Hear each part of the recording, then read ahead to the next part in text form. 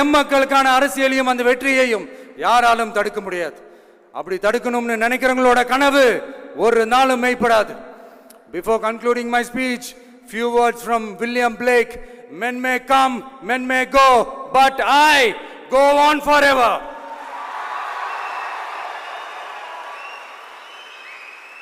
ஞாலம் கருதினும் கைகூடும் காலம் கருதி இடத்தார் செய்யின். ஏற்ற காலத்தையும் இடத்தையும் அறிந்து ஒரு செயலை செய்தால் பூவுலகம் முழுமையையும் வேண்டினாலும் அது கைவசப்படும் என்ற திருக்குறளுடன் என்னுடைய நன்றியுரை நிறைவு செய்கிறேன். பார்த்துக்கிட்டே இருங்க, அடுத்த வருஷம் இது வரைக்கும் தமிழ்நாடு சந்திக்காத ஒரு வித்தியாசமான ஒரு தேர்தலை சந்திக்கும்.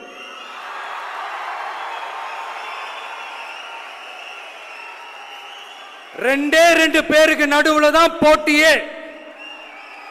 ஒன்னு டிவிகே, இன்னொன்னு டிஎம்கே.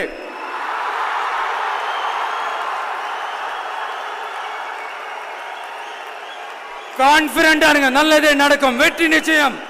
மீண்டும் சந்திக்கும் வரை நன்றி, வணக்கம். அவருடைய கருத்து சொல்றாரு. நாட்டிலே எல்லா கட்சி தலைவர்களும் இந்த கட்சி வளர்வதற்காக தொண்டனை வந்து அதாவது சொல்லுவாங்களே, என்ன சொல்லுவாங்க, தொண்டனை உற்சாகப்படுத்துவதற்காக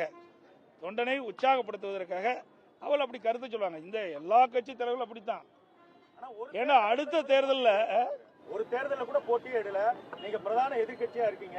ஆனா அவர் வந்து இந்த வார்த்தையை, இந்த கேள்வி அவரை தான் கேட்கணும்.